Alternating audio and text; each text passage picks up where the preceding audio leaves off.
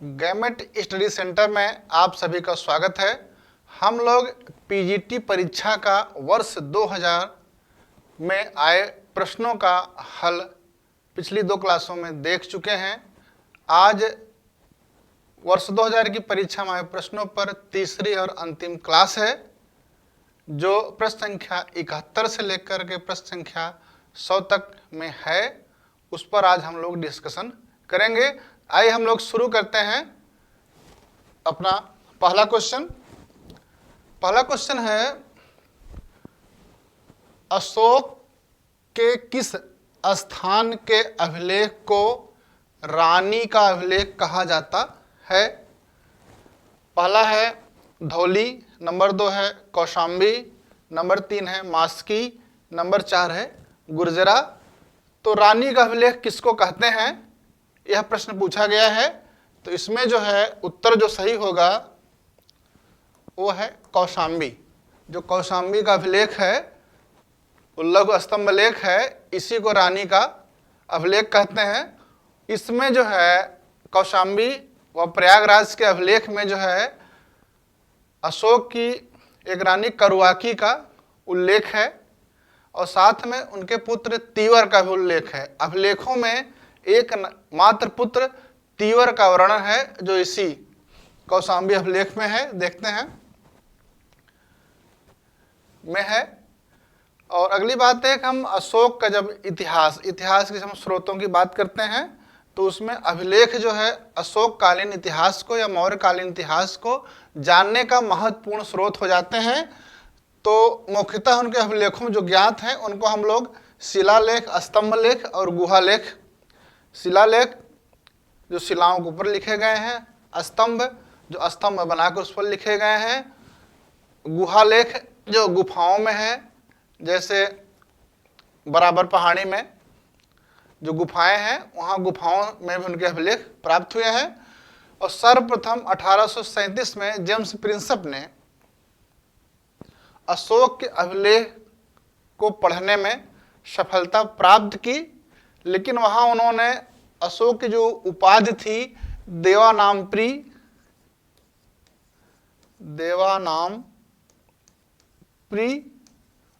उसको जो है लंका के राजा तिस से जोड़ा था। अभिलेखों का इतना अधिक महत्व था कि इतिहासकार D.R. भंडारकर ने केवल अभिलेखों के आधार पर ही अशोक के इतिहास लिखने का प्रयास किया। अशोक कालीन संपूर्ण इतिहास केवल अभिलेखों के आधार पर ही लिखने की कोशिश डॉक्टर D.R. भंडारकर ने की है। अगला प्रश्न लोग देखते हैं। प्रश्न संख्या 72 है, अशोक के अभिलेखों की भाषा क्या है? अशोक के जो अभिलेख लिखे गए हैं वो किस भाषा में है? नंबर 1 करें ब्राह्मी, नंबर 2 करें खरोष्टी, नंबर 3 विकल्प है पाली, नंबर 4 विकल्प है प्राकृत। तो अशोक के जो अभिलेखों की भाषा है वो प्राकृत है। उसमें जो भाषा और लिपि 2 चीज होती है, और लिपि 2 चीज होती है। भाषा क्या है अशोक के अभिलेखों की? प्राकृत है। और लिपि क्या है? ब्राह्मी लिपि है। ब्राह्मी लिपि है। जैसे हम लोग ये लिखते हैं तो शुरुआत कहाँ से करते हैं? बाएं से बढ़ते कहाँ हैं? दाएं ओर। ये ब्राह्मी लिपि में होता है। तो इसको हम लोग समझते हैं। तो पहली बात हम लोगों ने चर्चा कर ली, उत्तर हमको मिल गया कि उनके जो अभिलेखों की भाषा है वो प्राकृत है और जो उसकी लिपि है ब्राह्मी है। लेकिन अपवाद भी पाए गए हैं। 2 अभिलेख हैं, एक शाहबाजगढ़ी जो पाकिस्तान के पेशावर जिले में है, और एक है मानसेहरा जो पाकिस्तान के हजारा जिले में है। शाहबाजगढ़ी और मानसेहरा में जो मिले हैं वो खरोष्ठी लिपि में है। ब्राह्मी लिपि बाएं से दाएं होती है, जबकि खरोष्ठी लिपि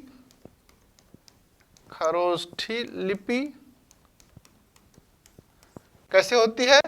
दाएं से। दाएं से बाएं ओर लिखी जाती है। ये कहाँ मिला है? शाहबाजगढ़ी में और मानसेरा में। तक्षशिला और लघमान, तक्षशिला लघमान काबुल में है के अभिलेख अरामेइक लिपि में लिखे गए हैं। कंधार के पास एक सरेकुना का ही अभिलेख मिला है जो यूनानी और अरामेइक दो लिपियों में लिखा गया है। यह जो है द्विभाषिक और द्विलिपिक अभिलेख है।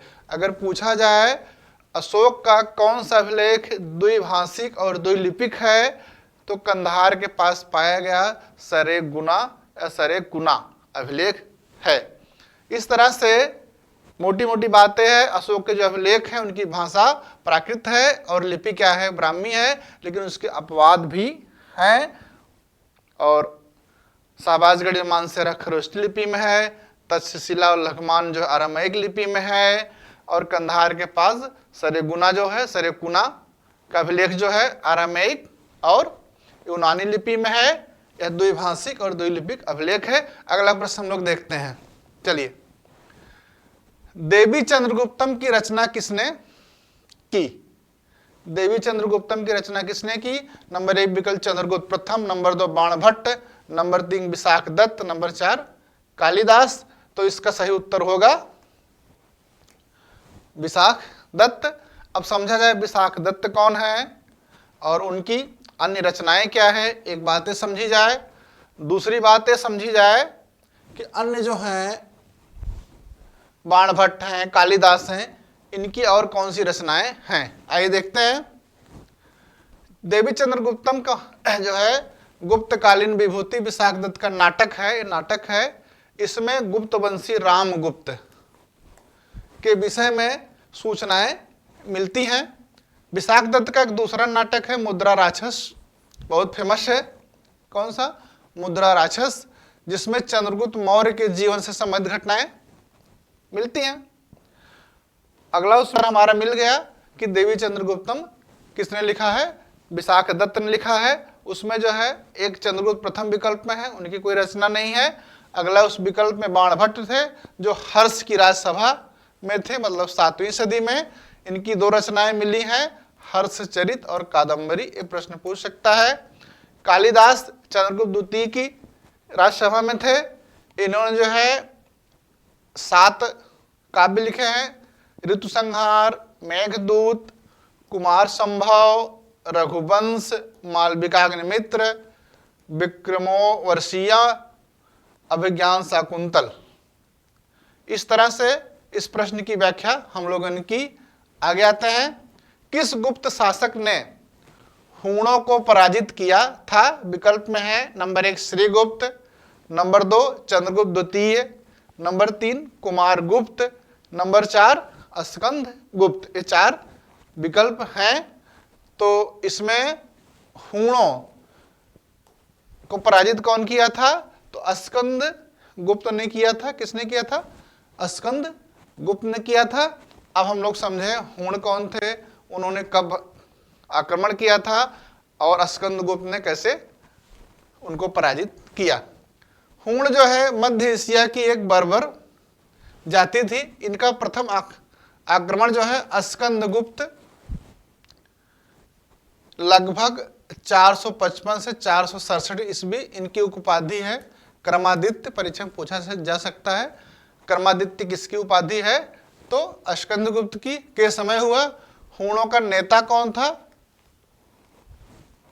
खुशनवाज था, जिसने स्कंदगुप्त समय अटैक किया था। स्कंदगुप्त और हूणों के मध्य युद्ध का जो वर्णन कहाँ मिलता है? भीतरी अभिलेख मिलता है, जिसके अनुसार स्कंदगुप्त ने उन्हें बुरी तरह से पराजित करके साम्राज्य से बाहर कर दिया। इस कृत्य को, इस विजय को हासिल करने के कारण स्कंदगुप्त की एक उपाधि है देश रक्षक। कौन सी उपाधि है? देश रक्षक।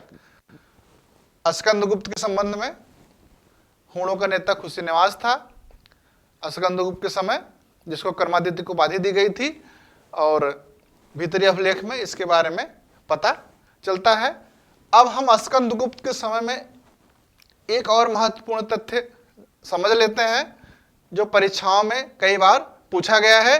वह तथ्य है कि जूनागढ़ अभिलेख है उससे पता चलता है स्कंदगुप्त के शासनकाल में भारी वर्षा के कारण ऐतिहासिक सुदर्शन झील का बांध टूट गया। जब बांध टूट गया तो उसके आदेश से सौराष्ट्र प्रांत के राज्यपाल प्रणदत्त के पुत्र चक्रपालित ने 2 माह के भीतर पुनर्निर्मित करवाया। चक्रपालित ने करवाया था, प्रणदत्त के पुत्र, सुदर्शन झील का। अब ये समझा जाए एक सुदर्शन झील कब बनी, उस पर बांध कब बना, तो उसको हम लोग देख लेते हैं। सुदर्शन झील का निर्माण मौर्य सम्राट चंद्रगुप्त मौर्य के सौराष्ट्र प्रांत के राज्यपाल पुष्यगुप्त वैश्य ने पश्चिमी भारत में सिंचाई की सुविधा के लिए कराया था। चंद्रगुप्त मौर्य के समय सुदर्शन झील का निर्माण सौराष्ट्र प्रांत के जो प्रांतपति थे पुष्यमित्र वैश्य ने कराया था। अशोक के समय में तुषास में यहाँ का जो है राज्यपाल था, उसने झील पर बांध का निर्माण करवाया था। यह बांध प्रथम बार शक महाक्षत्रप, शक शासक हुए थे, रुद्रदामन 130 से 150 ईस्वी के बीच के समय टूट गया, जिसका पुनर्निर्माण सुविशाख के निर्देशन में करवाया गया। उसके समय वहां के राज्यपाल थे सुविशाख, उन्होंने जो है रुद्रदामन के समय इस जो है झील, इस बांध का पुनर्निर्माण करवाया था। स्कंदगुप्त के संबंध में और सुदर्शन झील के संबंध में ये महत्वपूर्ण तथ्य हैं जो परीक्षाओं में पूछे जाते हैं। आगे बढ़ते हैं।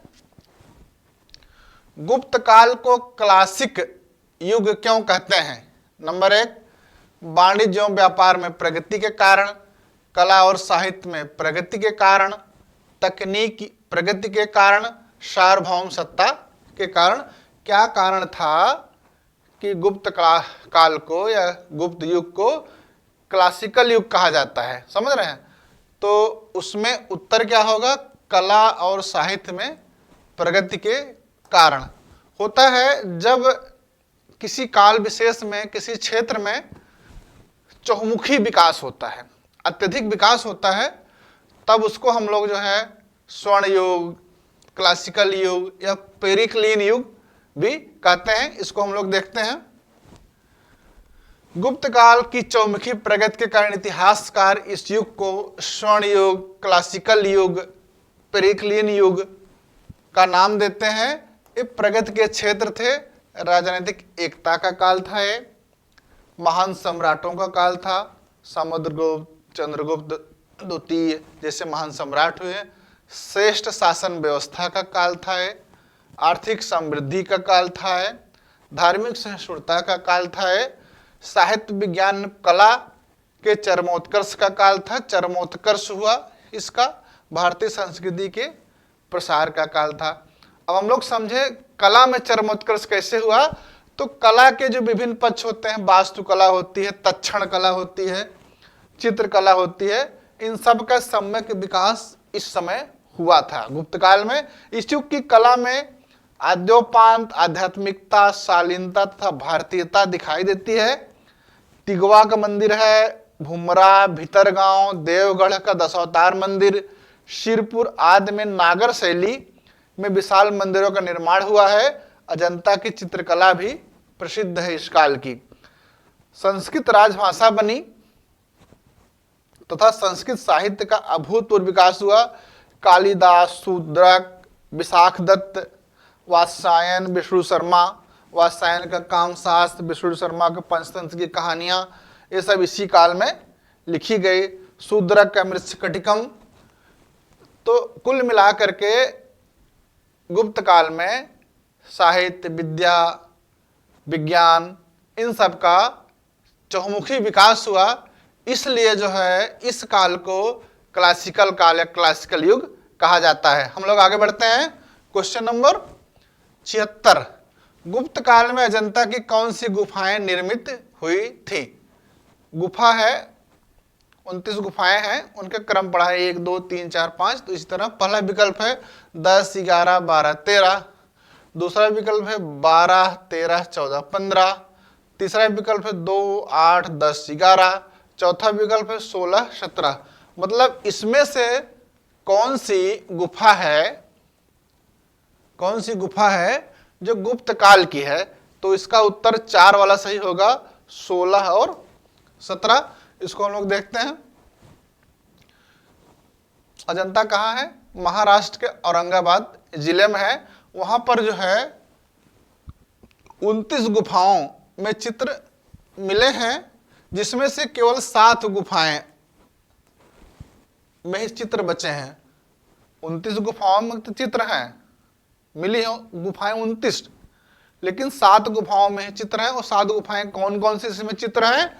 नंबर 1 है 1 और 2, 9 और 10, 16, 17 और 19। इसमें से 16, 17, 19 गुफाएं गुप्तकालीन है, जो हमारे प्रश्न का उत्तर था। लेकिन इसको समझा जाए, और जो मिली हैं 9वीं 10वीं गुफाओं के चित्र प्रथम शताब्दी ईसा पूर्व के हैं। पहली और दूसरी गुफाओं के चित्र 7वीं शताब्दी ईसा पूर्व के हैं। और इन्हीं दोनों के बीच का जो है ये है कौन सा? गुप्त काल के, जो 16, 17 और 19 में है। अब 16वीं जो मिली है गुप्तकालीन, उसमें क्या विषय है, क्या महत्वपूर्ण चीजें हैं, उसको देखा जाए। 16वीं गुफा में चित्रों में एक मरणासन्न राजकुमारी, डाइंग प्रिंसेस नामक चित्र सर्वाधिक सुंदर और आकर्षक है। इस गुफा में बुद्ध के महाविनिष्क्रमण का चित्रांकन है, जिसमें वह अपनी पत्नी, पुत्र तथा परिचायिकों को छोड़कर जाते हुए दिखाई देते हैं। 16 में अगर पूछा था डाइंग प्रिंसेस का जो है किस गुफा में चित्रण किया गया है, उत्तर क्या करना है? गुफा संख्या 16। गुफा संख्या 17 में को चित्रशाला कहा जाता है। क्या कहा जाता है? किस गुफा को चित्रशाला कहा जाता है? तो गुफा संख्या 16 को चित्रशाला कहा जाता है। अधिकतर बुद्ध के जन्म, जीवन, महाविनिष्क्रमण तथा महापरिनिर्वाण की घटनाओं संबंधित है। समस्त चित्रों में माता और शिशु, मदर एंड चाइल्ड नामक चित्र आकर्षक है, जिसमें बुद्ध की पत्नी अपने पुत्र को उन्हें समर्पित कर रही हैं। समझ रहे हैं? ये चित्रशाला कौन सी गुफा का है पूछा जा सकता है। माता और शिशु, मदर एंड चाइल्ड का चित्रण किस गुफा संख्या में हुआ है? हमें उत्तर क्या देना है? 17। आगे बढ़ा जाए। क्वेश्चन नंबर 77, गुप्तोत्तर काल में महत्वपूर्ण सामाजिक आर्थिक परिवर्तन क्या था? नंबर 1 सामंतवाद का, सामंतवाद एवं भूमिदान। नंबर 2 आर्थिक सुदृढ़ता। नंबर 4 ब्राह्मणों का महत्व एवं व्यापार में वृद्धि। नंबर 4 शूद्रों को व्यापार का अधिकार। देखिए क्वेश्चन है गुप्तोत्तर काल, गुप्त के बाद का समय है, तो इसमें चारों में से जो सही उत्तर है सामंतवाद और भूमि अनुदान या भूमिदान का बढ़ना, इसका उदय होना। तो इसको हम लोग समझते हैं गुप्तोत्तर काल में महत्वपूर्ण सामाजिक आर्थिक परिवर्तन यही था, सामंतवाद और भूमि अनुदान का बढ़ना। इस काल की जो सामाजिक, आर्थिक और राजनीतिक परिस्थितियां थी, उसने सामंतवाद को आधार प्रदान किया। बाह्य आक्रमणों के कारण केंद्रीय सत्ता निर्बल हुई और राजनीतिक अराजकता व्यवस्था फैल गई। इससे प्रभावशाली व्यक्तियों का एक ऐसा वर्ग तैयार हुआ जिसके ऊपर स्थानीय सुरक्षा का भार पड़ा। अरबों तथा तुर्कों के आक्रमणों ने शक्तिशाली राजवंशों को धराशायी कर दिया। परिणाम स्वरूप उत्तर भारत में कई छोटे छोटे राज्यों का उदय हुआ। इससे सामंती प्रवृत्ति को बढ़ावा मिला और भारतीय धर्म विजय की अवधारणा ने भी सामंतवाद को बढ़ाया, क्योंकि कालांतर में शासकों का उद्देश्य अधिक से अधिक अधीन शासक तैयार करना हो गया धर्म विजय की अवधारणा के कारण। राजनीतिक अव्यवस्था में हुआ क्या? व्यापार वाणिज्य का पतन हुआ। इससे क्या हुआ? अर्थव्यवस्था व्यापार से कृषि पर शिफ्ट हो गई। बड़े बड़े भूस्वामी आर्थिक स्रोतों के केंद्र बन गए। समाज में भू संपन्न कुलीन वर्ग का आविर्भाव हुआ। सामंतवाद के विकास में तत्कालीन शासकों द्वारा प्रदत्त भूमि तथा ग्राम अनुदानों का भी प्रमुख योगदान रहा है। राजाओं द्वारा अपने कुल के व्यक्तियों तथा संबंधियों को विभिन्न प्रांतों में उपराजा या राज्यपाल नियुक्त करने की प्रथा ने भी सामंतवाद को बढ़ाया। सामंतवाद बढ़ा है, भूमि अनुदान बढ़ा है। चलिए क्वेश्चन संख्या 79 देखते हैं। किस चोल शासक ने सबसे पहले भूमि की पैमाइश कराई थी? नंबर 1 है राजराज प्रथम, नंबर 2 है सुंदर चोल, नंबर 3 है गंडरादित्य, नंबर 4 है राजेंद्र चोल। तो बताइए इसका सही उत्तर क्या होगा? हाँ, इसका सही उत्तर विकल्प नंबर 1 होगा, राजराज प्रथम।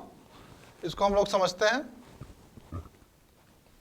चोल जो साम्राज्य का राजस्व का मुख्य स्रोत क्या था? भू राजस्व। आय का प्रमुख स्रोत भू राजस्व था।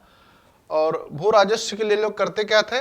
भू राजस्व का जो है ग्राम सभाएं एकत्र करके सरकारी खजाने में जमा करती थी और समस्त भूमि की माप कराई जाती थी। उत्पादकता के आधार पर भूमि कर का निर्धारण किया जाता था, जो 1/2 से लेकर के 1/4, मतलब आधा से लेकर 1/4 तक होता था।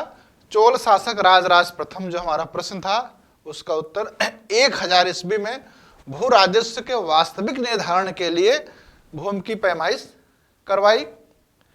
और कुलोत्तुंग प्रथम ने भी के समय भी 2 बार भूमि की पैमाइश हुई थी। और पैमाइश होने के बाद उसको जो है राजस्व विभाग की पंजिका, जिसे बरित पोत तग कक कड़क, बरित पोत पोतग कक कड़क कहा जाता था, उसमें सभी प्रकार के भूमि के ब्यौरे दर्ज किए जाते थे। अभिलेखों में भूमि की 12 से अधिक किस्मों का उल्लेख है। एक राजस्व विभाग की पंजिका थी, उसमें जो है ये सब दर्ज किया जाता था। आइए हम लोग आगे बढ़ते हैं क्वेश्चन नंबर 80 पर। चोल प्रशासन की विशेषता क्या थी? चोल प्रशासन एक जो है सुदृढ़ केंद्रीय प्रशासन तंत्र था ही, उसके अतिरिक्त क्या विशेषता थी? देखिए विकल्प पहले देख लिया जाए। नंबर 1 शक्तिशाली मंत्रिपरिषद, नंबर 2 शक्तिशाली राजा, नंबर 3 वित्तीय शासन का विकेंद्रीकरण, नंबर 4 स्वायत्त शासी ग्राम प्रशासन। तो चोलों की प्रशासन की विशिष्ट विशेषता अगर पूछा जा रहा है तो यह है ग्राम शासी स्वायत्त शासन।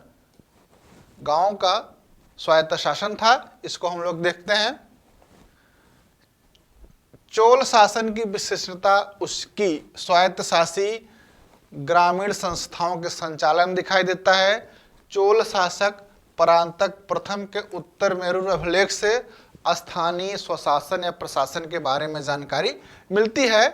यह प्रश्न पूछा गया है, उत्तर मेरू अभिलेख किसका है या स्थानीय प्रशासन के बारे में किस अभिलेख में जानकारी मिलती है? तो उत्तर मेरूर है, परांतक प्रथम का है।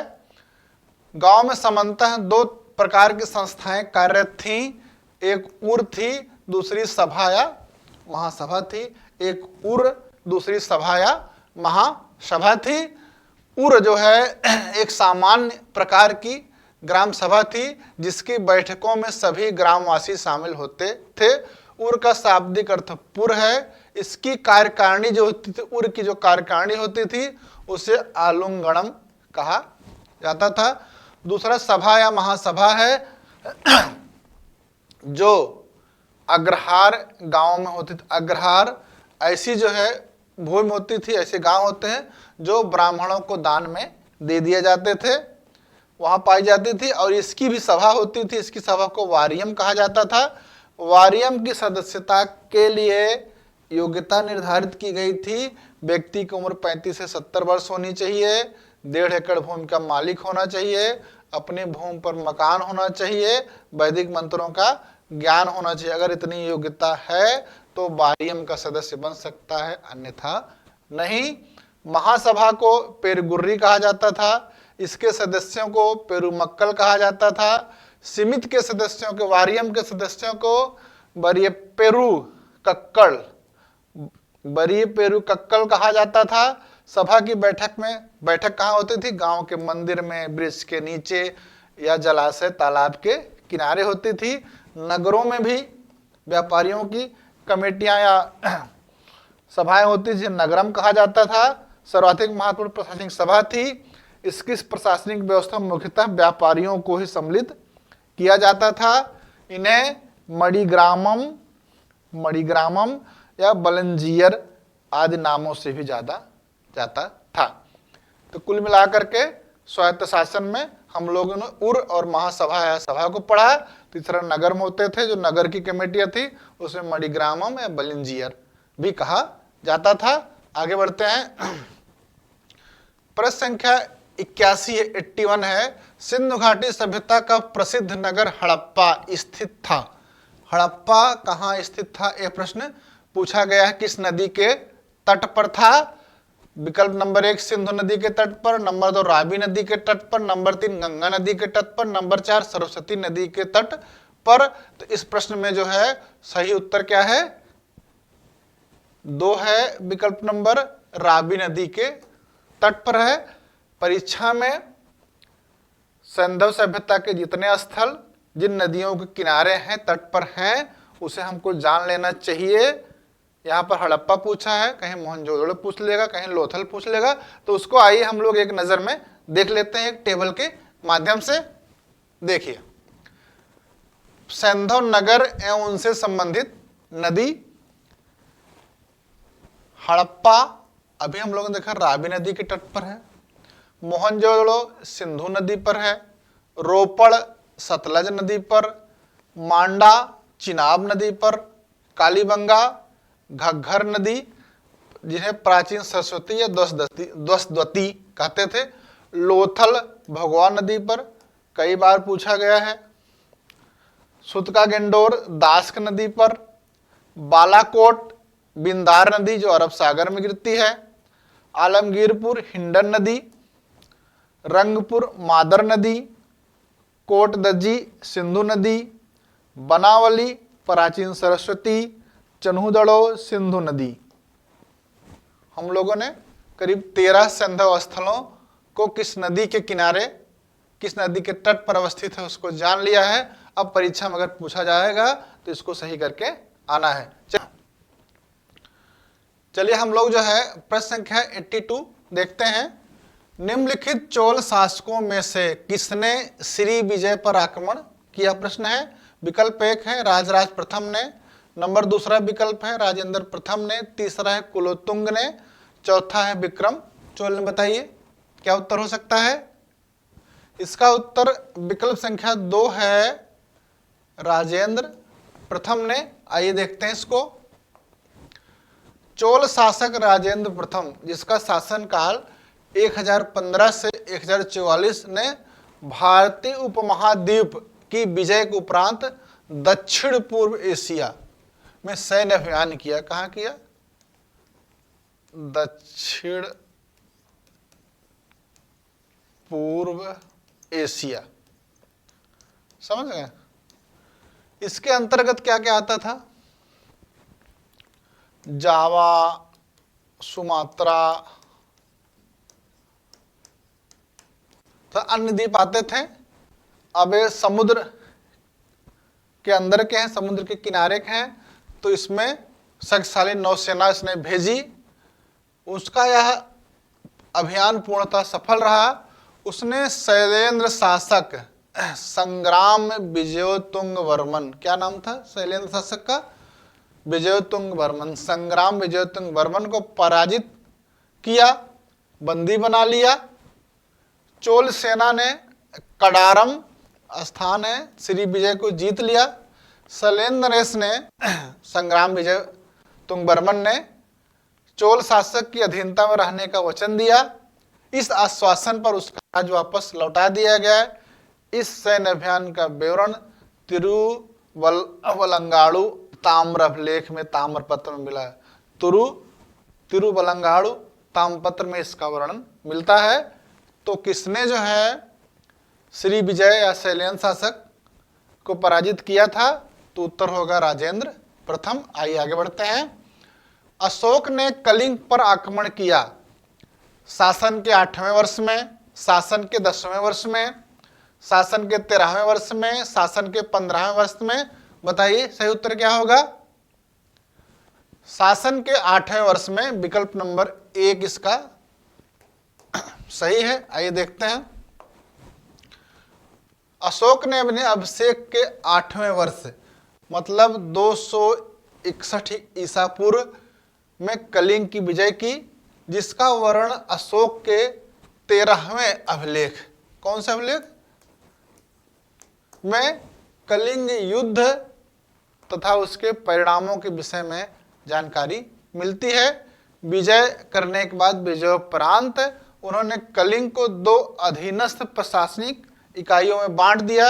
एक उत्तरी केंद्र बनाया जिसकी राजधानी तोसली को बनाया, दूसरा दक्षिणी केंद्र बनाया जिसकी राजधानी जौगढ़ को बनाया। अब थोड़ा समझा जाए कारण क्या रहा है जो कलिंग पर अशोक ने विजय हासिल की। कलिंग को महापद्म नंद ने जीतकर मगध में मिला लिया था, नंद वंश का। संभवतः बिंदुसार के शासनकाल चंद्रगुप्त मौर्य के समय में भी था कलिंग मगध में। संभवतः बिंदुसार के समय में कलिंग स्वतंत्र हो गया होगा। यह अशोक जैसे महत्वाकांक्षी शासक के लिए असह्य था कि जो उसकी आगे पीछे की पीढ़ियों में जो राज्य उसके अंतर्गत था वह स्वतंत्र हो गया है, उसको अपने अंदर लाना है, अपनी पराधीनता में लाना है। यह अशोक जैसे महत्वाकांक्षी शासक के लिए असह्य था। रोमिला थापर कहती हैं कि कलिंग उस समय व्यापारिक दृष्टि से अत्यंत महत्वपूर्ण राज्य था। अशोक की दृष्टि उसके समृद्ध व्यापार पर थी। और तात्कालिक लाभ क्या हुआ? मौर्य साम्राज्य की पूर्वी सीमा बंगाल की खाड़ी तक विस्तृत हो गई। समझ रहे हैं? ये है कलिंग में जिसमें पूछा गया 261 ईसा पूर्व 13वां अभिलेख, और कारण समझ गए। इसी कलिंग विजय के बाद माना जाता अशोक के हृदय परिवर्तन हुआ और उसने बौद्ध धर्म ग्रहण कर लिया और बुद्धम शरणम गच्छामि हो गया। आगे बढ़ते हैं। गौतम बुद्ध का जन्म स्थान लुम्बिनी स्थित है। नंबर 1 पूर्वी उत्तर प्रदेश में, नंबर 2 नेपाल में, नंबर 3 उत्तरी बिहार में, नंबर 4 बंगाल में। हम सबको पता है गौतम बुद्ध का जन्म लुम्बिनी हुआ था। लुम्बिनी कहाँ है?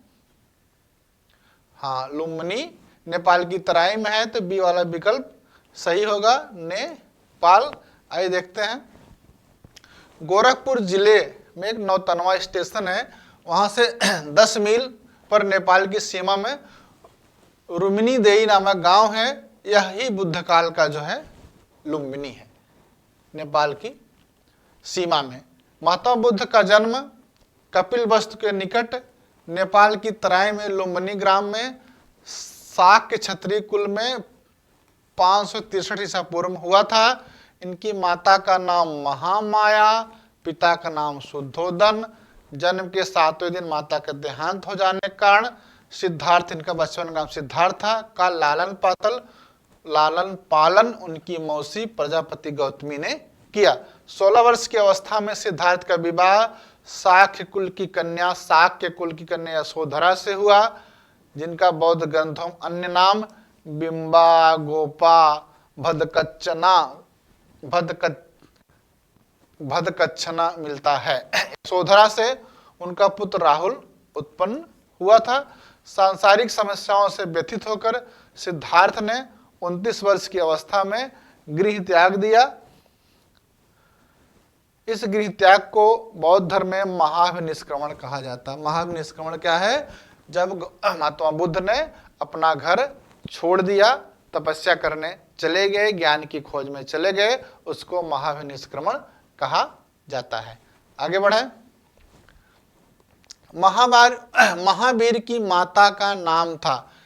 85 क्वेश्चन में पहला विकल्प है त्रिशला, दूसरा विकल्प है महामाया, तीसरा विकल्प है सुनंदा, चौथा है गौतमी। तो महावीर का माता का क्या नाम था? ये पहला विकल्प इसका सही होगा, त्रिशला। तो आइए हम लोग देखते हैं और क्या चीजें इसमें पूछी जा सकती हैं। महावीर स्वामी जैन धर्म के 24वें तीर्थंकर थे, पता है हम लोगों को। इनका जन्म वैशाली के निकट कुंड ग्राम में वैशाली के निकट कुंडग्राम में। ज्ञातुक क्षत्रिय के प्रधान सिद्धार्थ के यहाँ 540 ईसा पूर्व में हुआ था। इनकी माता का नाम तिसला था।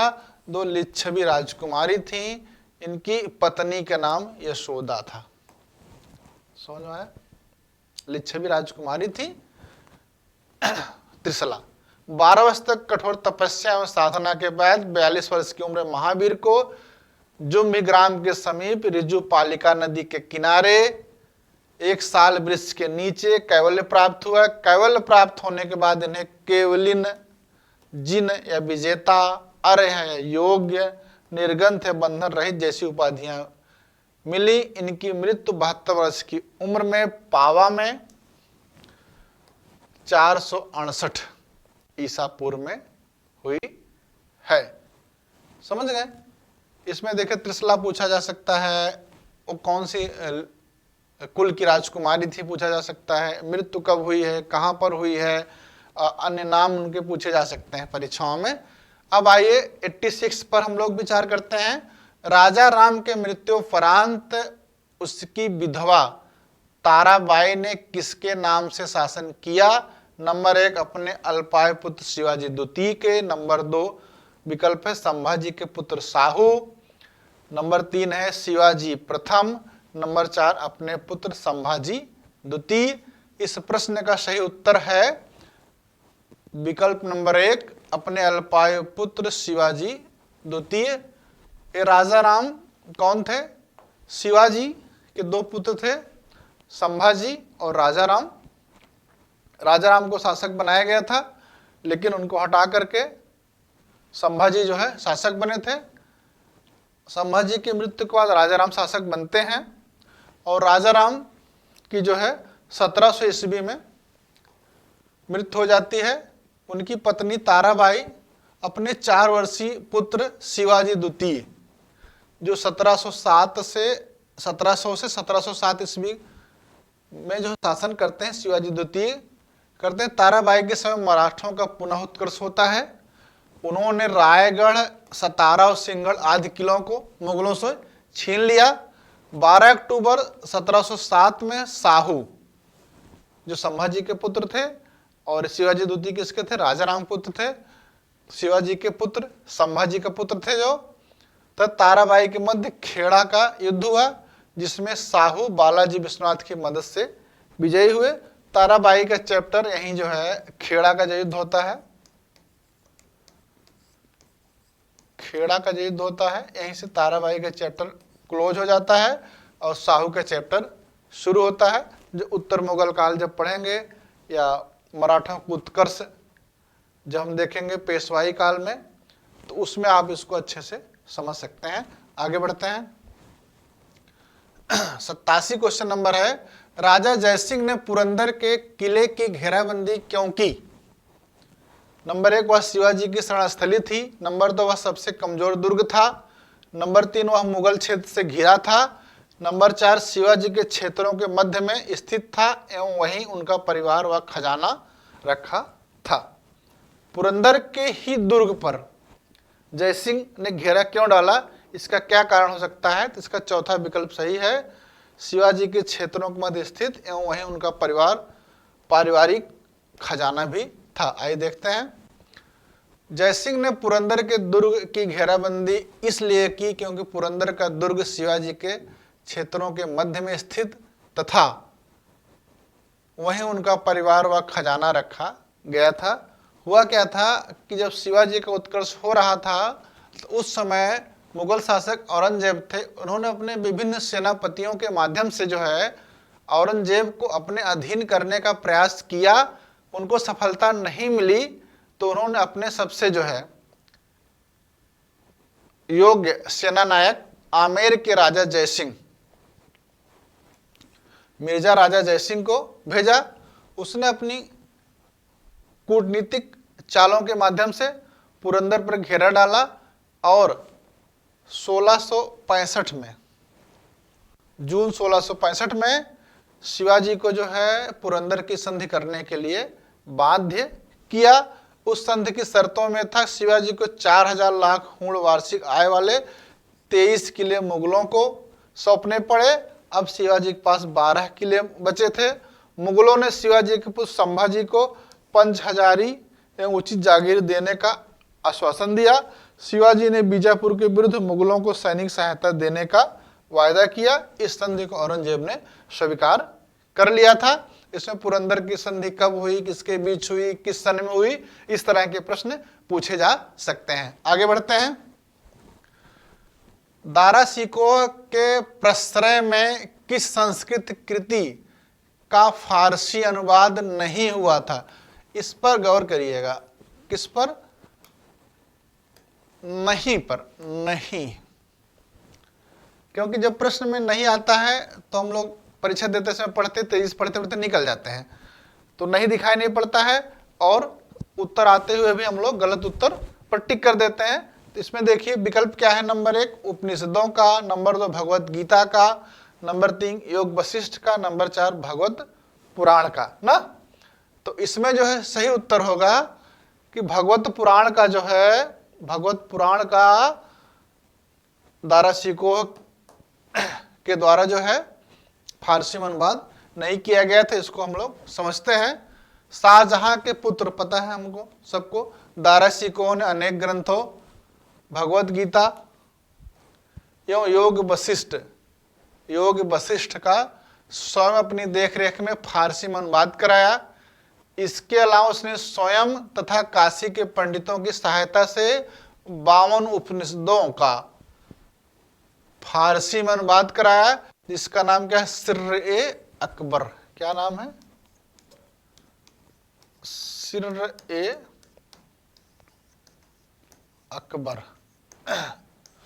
कराया। और भागवत पुराण का अनुवाद अकबर के समय में टोडरमल ने किया था। किसने किया था? टोडरमल ने किया था। दारा शिकोह की एक और रचना बहुत फेमस है, मजमा उल बहरीन, अर्थात 2 सागरों का मिलन। उसमें हिंदू मुस्लिम एकता की बात कही जाती है। दारा शिकोह के संबंध में यह प्रश्न पूछे जा सकते हैं। अगला है, मराठों को उत्कर्ष के महत्वपूर्ण कारक निम्नलिखित में से क्या क्या थे?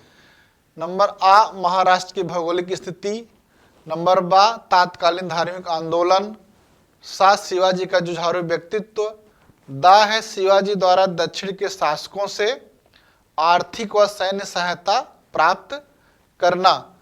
अब इसमें कह रहे हैं कि आ बा और सा सही है, दूसरा कह रहे हैं आ सा और दा सही है, तीसरा कह रहे हैं आ बा और दा सही है, चौथा कह उपरोक्त में से कोई नहीं। तो इसमें शुरू की 3 चीजें सही हैं। तो इस विकल्प ए में है आ बा सा। शिवाजी द्वारा दक्षिण के शासकों से आर्थिक व सैन्य सहायता प्राप्त करना शिवाजी ने नहीं प्राप्त किया था। इवन शिवाजी ने दक्षिण के शासकों को सैन्य सहायता प्रदान की थी, इसलिए ए इसमें नहीं होगा। लेकिन फिर भी हम मराठों के उद्भव में भौगोलिक परिस्थितियों को और अन्य चीजों को देखते हैं। मराठवाड़ा एक त्रिभुजाकार भूक्षेत्र था। मराठवाड़ा क्या था? एक त्रिभुजाकार भूक्षेत्र था। समुद्र तट और पश्चिमी घाट के क्षेत्र को छोड़कर उसका शेष भाग जंगलों और पहाड़ों से भरा था, इसलिए कृषि कार्य कठिन था तथा शांतिपूर्ण आजीविका संभव नहीं थी। प्राकृतिक कठिनाइयों ने एक और उसमें मराठवाड़ा के निवासियों में साहस, कठोर परिश्रम, आत्म संयम जैसे गुणों का विकास किया। दूसरी ओर पड़ोस के उर्वर क्षेत्रों को लूटने और वहां से धन अर्जित करने पर बाध्य हुए।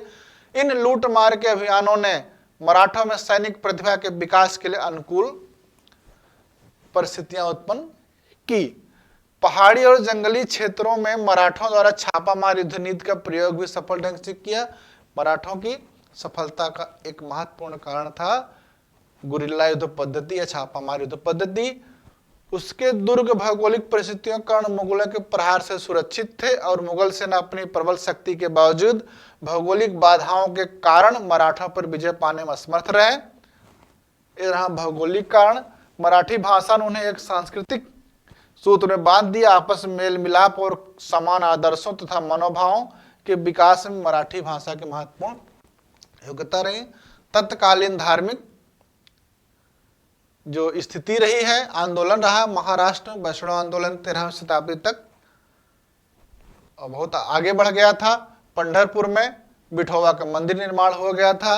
ज्ञानदेव, तुकाराम, रामदास जैसे संत, तुकाराम, रामदास जैसे संत इस आंदोलन को आगे बढ़ा रहे थे और इसमें वो मराठी भाषा का उपयोग अपने उपदेश और रचनाओं में किया, जिससे इस भाषा की लोकप्रियता और इससे प्रदत्त एकता की भावना बढ़ी। इन संतों ने ऊंच नीच के भेदभाव का विरोध किया, छुआछूत को स्वीकार किया। इस प्रकार मराठों के बीच एकता और सामाजिक जीवन की एकरूपता को बढ़ावा मिला। दक्षिणी रियासतें विशेषकर बीजापुर, गोलकुंडा मुगल आक्रमण के दबाव से कमजोर पड़ चुकी थी और मराठा शक्ति पर अंकुश लगाए रखने में असमर्थ थी। इसे के अतिरिक्त मुगलों के विरुद्ध संघर्ष में अहमदनगर के प्रधानमंत्री मलिक अंबर ने मराठों से सहायता प्राप्त किया। बीजापुर में भी मराठा सरदारों का प्रभाव प्रायः बना रहा। इस प्रकार मराठों को महत्वपूर्ण सैनिक और प्रशासनिक अनुभव प्राप्त हुआ, जो उनके उदय में सहायक हुआ। शिवाजी का व्यक्तित्व, शिवाजी एक चतुर व्यक्ति थे जिसने समकालीन परिस्थितियों को ठीक ढंग से समझा और उनसे पूरी तरह लाभ उठाने का प्रयास किया। उसने मराठा वतनदारों को संगठित किया तथा कृषकों के बीच अपनी लोकप्रियता बढ़ाई। उसने दक्षिणी रियासतों और मुगल साम्राज्य दोनों ही के विरुद्ध सफल संघर्ष किया और एक स्वतंत्र मराठा राज्य का निर्माण कर मराठा शक्ति को प्रभावशाली रूप दिया। तो इसलिए इसमें जो है शुरू के 3 विकल्प सही हैं। औरंगजेब ने जजिया कर पुनः कब लगाया? प्रश्न संख्या 90 है। विकल्प नंबर 1 है 1678 ईस्वी में, विकल्प नंबर 2 है 1679 ईस्वी में, विकल्प नंबर 3 है 1680 ईस्वी में, विकल्प नंबर 4 है 1681। 78, 79, 80, 81 लगातार दिया गया है।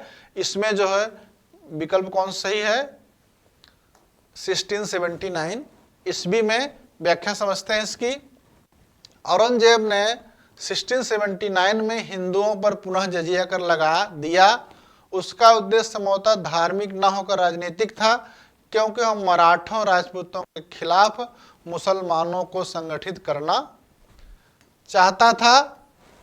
ये तो इससे संबंधित है, लेकिन औरंगजेब को एक कट्टर जो है शासक, मुसलमान शासक माना जाता है, मुस्लिम शासक माना जाता था।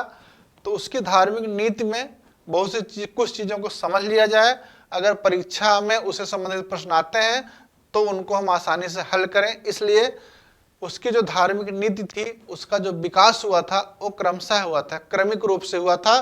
तो पहले चरण में सत्ता में आने के बाद औरंगजेब ने किसी संप्रदाय या धर्म का विरोध किए बिना इस्लाम के प्रति अपनी श्रद्धा व्यक्त करने का उपाय किया।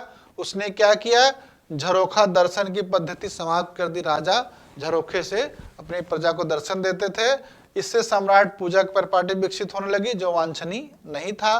नवरोज का उत्सव समाप्त कर दिया, क्योंकि पारसियों का त्योहार था, उसका मानना था।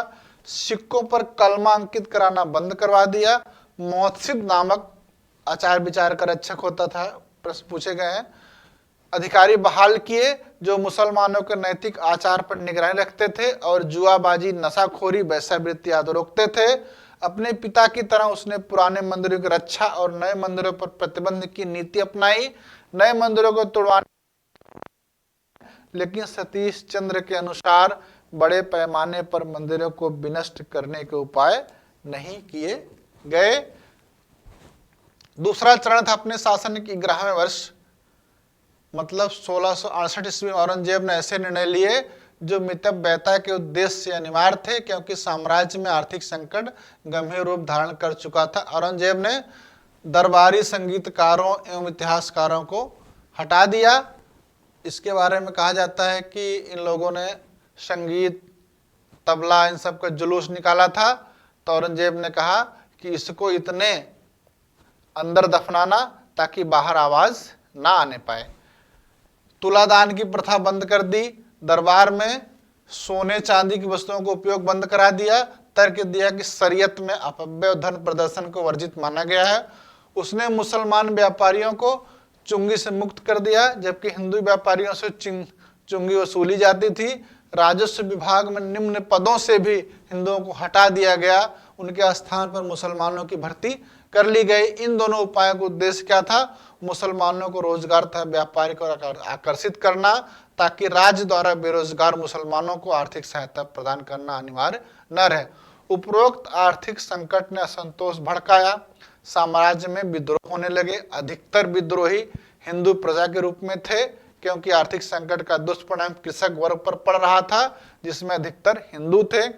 कट्टरपंथी मुसलमानों ने इन विद्रोहों को मुस्लिम शासन के विरुद्ध संघर्ष रूप में देखा, जबकि हिंदू विद्रोहियों ने सरकार द्वारा दमनात्मक कार्रवाई को धार्मिक उत्पीड़न के रूप में देखा। औरंगजेब ने भी अब कट्टरपंथी मुस्लिम सामंतों का सहयोग प्राप्त करने के लिए हिंदू विरोधी उपाय किए। 1667 ईस्वी में 1679 ईस्वी में जजिया पुनः लागू कर दिया गया। हिंदू पाठशालाओं और त्योहारों पर प्रतिबंध लगाए गए। विद्रोहियों को दंड देने के क्रम में मंदिरों का भी विनाश हुआ, क्योंकि औरंगजेब का विश्वास था मंदिर षड्यंत्र और राजद्रोही कार्रवाइयों के केंद्र बन चुके हैं। तो अगर औरंगजेब को हम धार्मिक नीति का विकास पढ़ेंगे, उसमें से बहुत से प्रश्न पूछेंगे। झरोखा दर्शन किसने बंद किया, तुलादान किसने बंद किया, कलमा लिखना किसने बंद किया, इस तरह से प्रश्न औरंगजेब से संबंधित पूछे जाते हैं। इसको हम लोग समझ लिए हैं। आगे आइए। मुगल काल में निर्धारित भू राजस्व जमा सदैव ही वास्तविक वसूली से अधिक रहता था। इसका प्रमुख कारण था, नंबर 1 है कृषक राजस्व वसूली के समय पलायन कर जाते थे। दूसरा था भू राजस्व अधिकारी राजस्व का गबन कर लेते थे। तीसरा जानबूझकर अधिक भू राजस्व निर्धारित किया जाता था। चौथा था उपरोक्त सभी। इसमें क्या था? जमा थी, ये निश्चित किया जाता था कि इतना भू राजस्व लेना है, लेकिन जो वसूला जाता था वो हासिल होता था। हासिल जमा की तुलना में हासिल कम रहता था। इसका कारण ये था भू राजस्व अधिकारी गबन कर लेते थे, गबन कर लेते थे। आइए, निम्नलिखित में से कौन प्रांत का सैन्य एवं प्रशासनिक अधिकारी दोनों ही था? तो ये मुगल काल से संबंधित प्रश्न है। पहला विकल्प है दीवान, दूसरा है नाजिम, तीसरा है बख्शी, चौथा है फौजदार। इसमें उत्तर सही कौन सा है? बख्शी। बख्शी सही है। देखते हैं। बख्शी प्रांत में सैन्य एवं प्रशासनिक अधिकारी दोनों कार्य करता था। उसकी नियुक्त सम्राट द्वारा केंद्रीय बख्शी की सिफारिश अनुशंसा पर की जाती थी।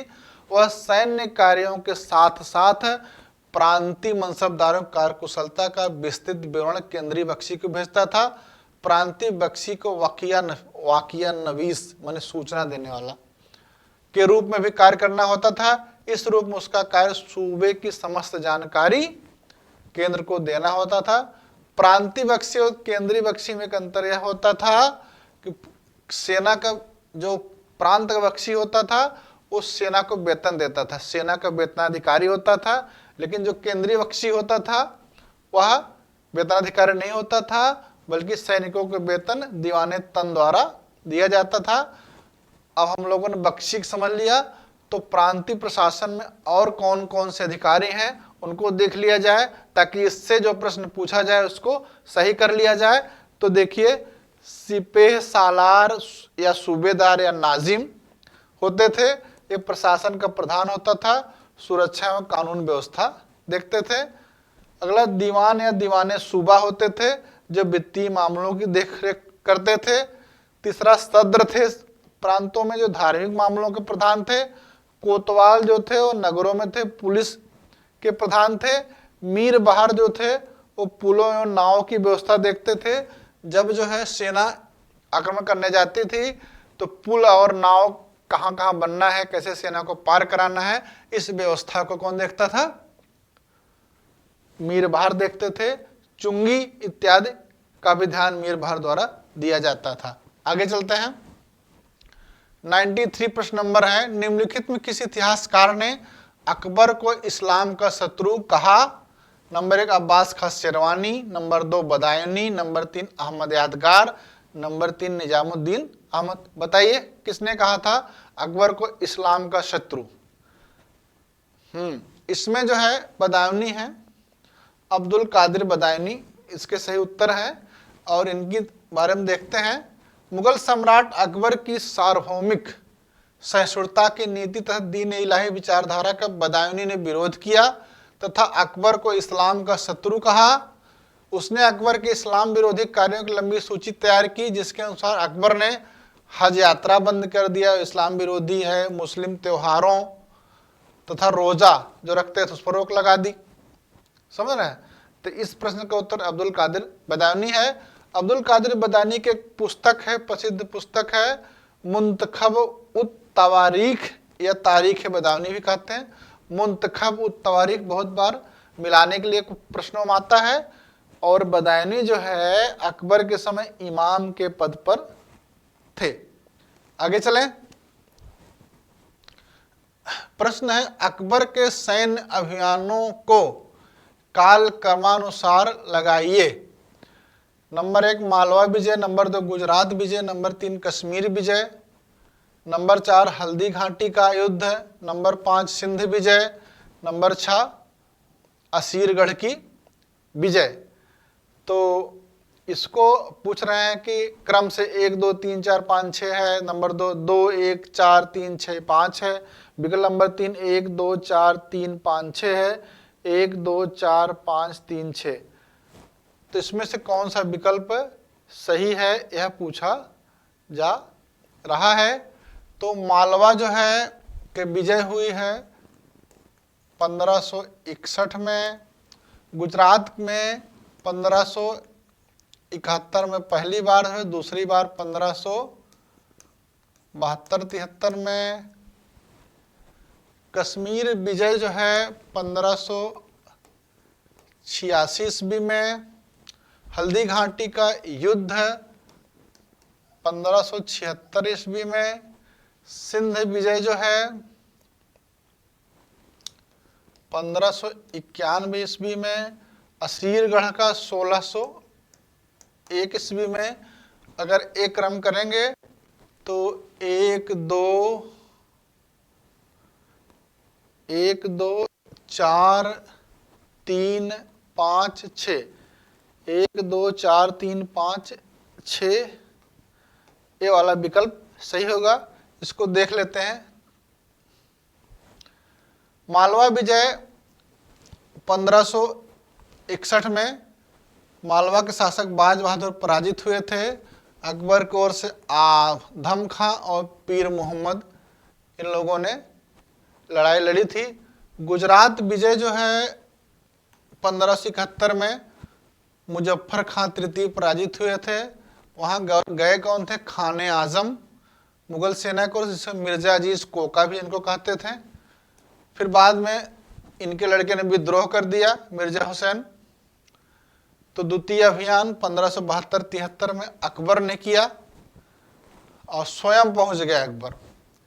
स्मिथ ने कहा है यह इतिहास का सबसे तीव्रगामी आक्रमण था, क्योंकि जब मुगल सेना 1571 में गुजरात में विजय करके चली गई, तुरंत विद्रोह किया गया। गुजरात जो है केंद्रीय सत्ता से इतनी दूर था, उसके बावजूद भी अकबर ने जो है 1 साल के अंदर वहां पहुंच करके जो है विजय हासिल की। और इसी जो है गुजरात विजय की स्मृति में फतेहपुर सीकरी में बुलंद दरवाजे, कई बार परीक्षा में पूछा गया, बुलंद दरवाजा का निर्माण क्यों करवाया गया था? गुजरात विजय की स्मृति में। अकबर ने पहली बार समुद्र को देखा, समुद्र के दर्शन किए और पहली बार यहाँ पुर्तगालियों से भी मिला। हल्दी घाटी का युद्ध मेवाड़ के राजा 1576 में मेवाड़ के राजा राणा प्रताप और मुगल सेनापति मानसिंह के बीच हुआ था।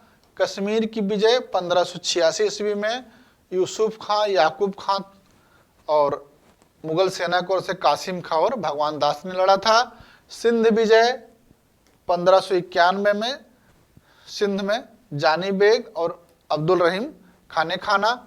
असीरगढ़ 1601 में जो मीर बहादुर असीरगढ़ में थे, और ये अकबर, यह अकबर की अंतिम विजय है। असीरगढ़ की विजय कई बार पूछा गया है, 1601 में हुई थी। अकबर की अंतिम विजय कौन सी थी? अस्सी मिलाने के लिए। ये प्रश्न कई बार पूछा गया है, तो इस तरह से हम लोगों ने उसको समझ लिया है। आगे है 95, क्वेश्चन नंबर 95। 1580-81 ईस्वी में अकबर के सम्मुख सर्वाधिक बड़ा संकट क्या था? विकल्प नंबर 1, असंतुष्ट अमीरों अधिकारियों द्वारा अकबर के सौतेले भाई मिर्जा हाकिम को अपना शासक घोषित करना। नंबर 2, सलीम का विद्रोह। नंबर 3, पश्चिमोत्तर सीमा पर यूसुफ जई जनजातियों का विद्रोह। नंबर 3, हल्दी घाटी के युद्ध से राणा प्रताप का बच निकलना। तो 80-81 में क्या था? तो विकल्प नंबर 1 सही है, असंतुष्ट अमीरों अधिकारियों द्वारा अकबर के सौतेले भाई मिर्जा हाकिम को अपना शासक बना लेना। 1580-81 का वर्ष अकबर के शासनकाल का सर्वाधिक संकट का वर्ष था, जब असंतुष्ट अमीरों तथा अधिकारियों ने उसके सौतेले भाई को काबुल के गवर्नर मिर्जा हाकिम को शासक घोषित कर दिया। अकबर ने 1581 में काबुल पर अधिकार करके अपनी सौतेली बहन बख्तुन्निसा को काबुल का गवर्नर बनाया। अगला प्रश्न देखते हैं, शेर शाह के विषय में क्या असत्य है? यहां फिर देखिए असत्य कह रहा है। नंबर 1, भू राजस्व दर 1/3 निर्धारित की। नंबर 2, भूमि की पैमाइश करवाई। नंबर 3, दिल्ली के पुराने किले में किला कोहना मस्जिद का निर्माण करवाया। नंबर 4, सासाराम में एक किले का निर्माण करवाया। तो इसमें समझिए सासाराम में जो है, सासाराम में इनका मकबरा बना है। क्या बना है? मकबरा बना है, जो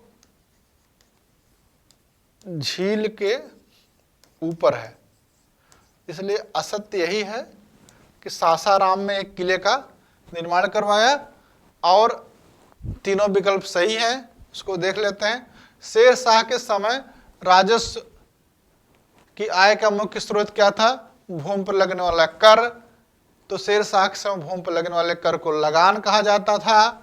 उसकी लगान व्यवस्था रैयतवाड़ी थी। रैयतवाड़ी व्यवस्था में लगान जो है डायरेक्ट कृषकों से वसूला जाता है। उत्पादन के आधार पर भूमि को 3 भागों में बांटा गया था, अच्छी, मध्यम और खराब। शेर शाह ने भूमि की किस्म एवं फसलों के आधार पर उत्पादन का औसत निकलवाया और उसके बाद उत्पादन का 1/3 भाग कर के रूप में वसूला और मुल्तान में उपज का 1/4 भाग लगान के रूप में लिया। ये प्रश्न पूछा जा चुका है किसी न किसी परीक्षा में।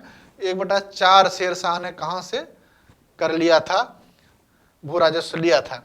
इसके अलावा जरीबाना जो सर्वेक्षण करते थे, नापते उपते थे, महिसलाना जो कर संग्रह करते थे, इसके लिए भी कर लिया जाता था, जो भू राजस्व का 2.5% एवं 5% था। जरीबाना 2.5% था भू राजस्व का और महिसलाना जो है 5% था। शेर शाह ने अहमद खां की सहायता से कृषि योग्य भूमि प्रति दोनों भूमि की माप कराई। माप के लिए सिकंदरी गज, माप की इकाई क्या थे? सिकंदरी गज, जो 39 अंगुल या 32 अंगुल के बराबर थी और सन की डंडी का प्रयोग किया। शेर शाह ने दिल्ली के पुराने किले के अंदर किला कोहना नामक मस्जिद का निर्माण कराया। उसी परिसर में शेर मंडल नामक एक अष्टभुजाकार 3 मंजिला मंडप भी बनवाया है। बिहार के सासाराम, जो आज के सासाराम है, नाम का स्थान पर झील के बीच में एक ऊंचे चबूतरे का निर्माण कराया। अब इस प्रश्न का उत्तर आप लोगों के समझ में आ गया होगा। आगे चलें। 97, किस युद्ध में बाबर ने जिहाद का उद्घोष किया, तमगा नामक कर समाप्त किया एवं युद्धोपरांत विजयी होकर गाजी की उपाधि धारण की? जिहाद का उद्घोष, तमगा कर समाप्ति, गाजी की उपाधि। नंबर 1, पानीपत का प्रथम युद्ध। नंबर 2, खानवा का युद्ध। नंबर 3, चंदेरी का युद्ध। नंबर 4, घाघरा का युद्ध। तो क्या होगा जिसमें इस तरह के चीजें उसे करनी पड़ी? तो सबसे महत्वपूर्ण युद्ध है जिसमें जब उसने यह निश्चय कर लिया कि उसको जो है भारत में रहना है, तब उसके साथ जो युद्ध हुआ था वह था खानवा का युद्ध, राणा सांगा के साथ में। आइए देखते हैं। चलिए, सॉरी, बाबर ने 1527 ईस्वी में खानवा के युद्ध में सैनिकों का मनोबल बढ़ाने के लिए जिहाद का नारा दिया, मुसलमानों पर लगने वाले तमगा कर को समाप्त कर दिया। खानवा के युद्ध में राणा सागा को पराजित करने के बाद बाबर ने गाजी, जिसका मतलब योद्धा एवं धर्मरक्षक की उपाधि धारण की। इनसे प्रश्न पूछे जाएंगे। खानवा के युद्ध कब हुआ था? 1527 में। किसके विरुद्ध हुआ था? राणा सांगा के विरुद्ध। राणा सांगा और बाबर के बीच हुआ था। और हुआ क्या था, इतना तो उस प्रश्न से संबंधित है। शेष एक दो बातें हैं जो महत्वपूर्ण हैं, जिन्हें जान लेना जरूरी है। नंबर 1 है कि पानीपत का प्रथम युद्ध कब हुआ था? 21 जनवरी 1526 में। उसको विजित करने के बाद बाबर ने क्या किया था? काबुल के प्रत्येक निवासी को एक एक चांदी का सिक्का दान किया था। प्रश्न पूछेगा कि कौन से युद्ध के बाद या कौन से युद्ध विजित करने के बाद बाबर ने काबुल के प्रत्येक निवासियों को एक एक चांदी का सिक्का दिया था? तो पानीपत का है। और अपनी उदारता के कारण बाबर को कलंदर भी कहा जाता है। कलंदर की किसकी उपाधि है?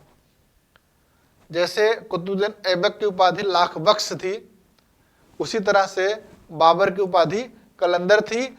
बाबर ने उसके बाद हुआ क्या कि 29 जनवरी 1528 ईस्वी में चंदेरी पर अधिकार है तो चंदेरी के राजा मेदिनी राय पर आक्रमण किया। वहां पर भी उसने जिहाद का नारा दिया और युद्ध के बाद राजपूतों के सिरों की मीनार लगाई। अगर ये पूछे जिहाद का नारा दिया और राजपूतों के सिर काट कर उसकी मीनार बनाई ऊंची सी, तो वह जो है चंदेरी का युद्ध होगा। अब इसमें अंतर यहाँ केवल जिहाद का नारा दिया, वहाँ जिहाद का नारा भी दिया, तमगा भी वापस किया टैक्स को और गाजी की उपाधि भी ली और स्वर्ण चांदी के सिक्के पानीपत के युद्ध के बाद का मैटर है। चलिए 98 है, हम लोग अंत की ओर बढ़ रहे हैं। कला इतिहासकार पर्सी ब्राउन ने किस काल को मकबरों का काल संबोधित किया है? नंबर 1 इलवारी काल, नंबर 2 खलजी काल, नंबर 3 तुगलक काल, नंबर 4 सैयद व लोदी काल। तो किस काल में सबसे अधिक मकबरे बने हैं? तो वह दो है, एक सैयद और दूसरा लोदी। तो इसमें देखिए चौथे विकल्प में सैयद और लोदी दिया है। इसको 9 किस सुल्तान ने स्वयं को खलीफा घोषित किया? Number 1 Balban, number 2 Alauddin Khilji, number 3 Qutbuddin Mubarak Shah Khilji, number 4 Mohammad Tughlaq. इस प्रश्न का उत्तर क्या है? कुतुबुद्दीन मुबारक शाह खिलजी। इसमें कह रहा है स्वयं को खलीफा। पहले खलीफा, एक प्रश्न आता है 1229 में जो है खलीफा ने किसको मानपत्र प्रदान किया है, अपना प्रतिनिधि घोषित किया, जो इल्तुतमिश से जुड़ जाता है। यहाँ पर शासक स्वयं को ही खलीफा घोषित कर लेता है। वो कौन है? कुतुबुद्दीन मुबारक शाह खिलजी। या खिलजी वंश में हम लोग जो अलाउद्दीन खिलजी के बाद मुबारक शाह खिलजी को देखते हैं। अलाउद्दीन के पुत्र उत्तराधिकारी मुबारक शाह ने स्वयं को खलीफा घोषित किया और अल इस्लाम, अल वासिल बिल्लाह और खिलाफत उल्लाह आदि उपाधियां धारण की। स्वयं को खलीफा घोषित करने वाला दिल्ली का पहला सुल्तान था, फर्स्ट सुल्तान था सल्तनत का। आगे बढ़े। हनूज दिल्ली दूरस्थ किस सुल्तान से संबंधित कथन है? हनूज दिल्ली दूरस्थ किस सुल्तान से संबंधित कथन है? Number 1 Alauddin Khilji, number 2 Ghiyasuddin Tughlaq, number 3 Mohammad Tughlaq, number 4 Firoz Shah Tughlaq. एक नंबर 2 इसमें सही है, गैसुद्दीन तुगलक। निजामुद्दीन औलिया का कथन है जो गैसुद्दीन तुगलक के संबंध में है। इसको हम लोग समझते हैं। गैसुद्दीन तुगलक ने 53 उलेमाओं की अदालत में शेख निजामुद्दीन औलिया पर अभियोग चलाया कि वह वर्जित गोष्ठियों में शामिल होते हैं।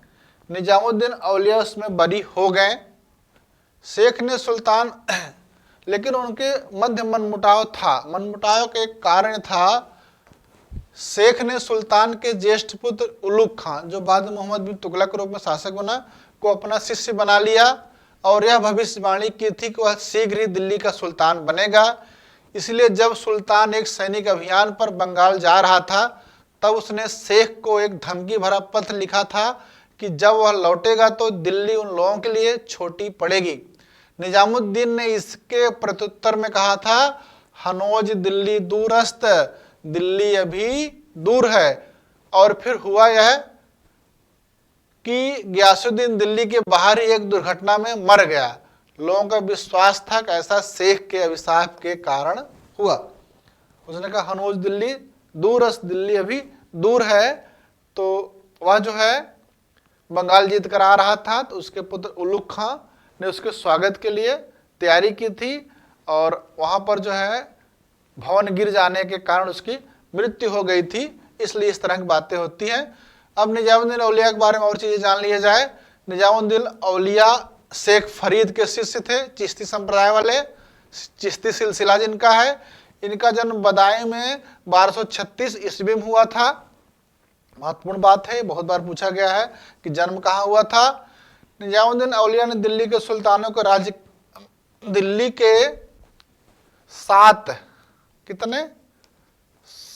सुल्तानों के राज्यकाल देखे, किंतु वह इनमें से किसी के भी दरबार में कभी नहीं गए। तो कौन सा शासक, कौन सा जो है विद्वान था, संत था, शेख था, जो 7 सुल्तानों का राज्य देखा था, निजामुद्दीन औलिया, लेकिन वो किसी के दरबार में गए नहीं। जलालुद्दीन फिरोज शाह खिलजी शेख से मिलने के लिए उत्सुक था, लेकिन शेख ने उससे मिलने से इनकार कर दिया। इनकी उपाधि है 2, वो याद रहनी चाहिए। एक सुल्तानुल औलिया याद हो, जिसका मतलब संतों का राजा। दूसरा महबूब इलाही, जिसका मतलब होता है प्रभु के प्रिय, ईश्वर के प्रिय। तो गयासुद्दीन तुगलक के साथ में निजामुद्दीन औलिया के संबंध में और जो क्वेश्चन बन सकते थे, कहाँ पैदा हुए थे, 7 सुल्तानों का दरबार किसने देखा, सुल्तान औलिया महबूब इलाही की उपाधि किसकी है। तो ये प्रश्न निश्चित तौर में आगामी परीक्षाओं में पूछे जाएंगे। इस तरह से हम लोगों ने वर्ष जो है 2000 में पीजीटी परीक्षा में इतिहास विषय में जो प्रश्न आए थे उनको हल कर लिया, उन पर डिस्कशन कर लिया। अब आप तीनों क्लासों को बढ़िया से समझेंगे और परीक्षा में जाएंगे तो उससे जुड़े हुए जो क्वेश्चन है वो जब आएंगे तब आप उसको आसानी से सही कर लेंगे।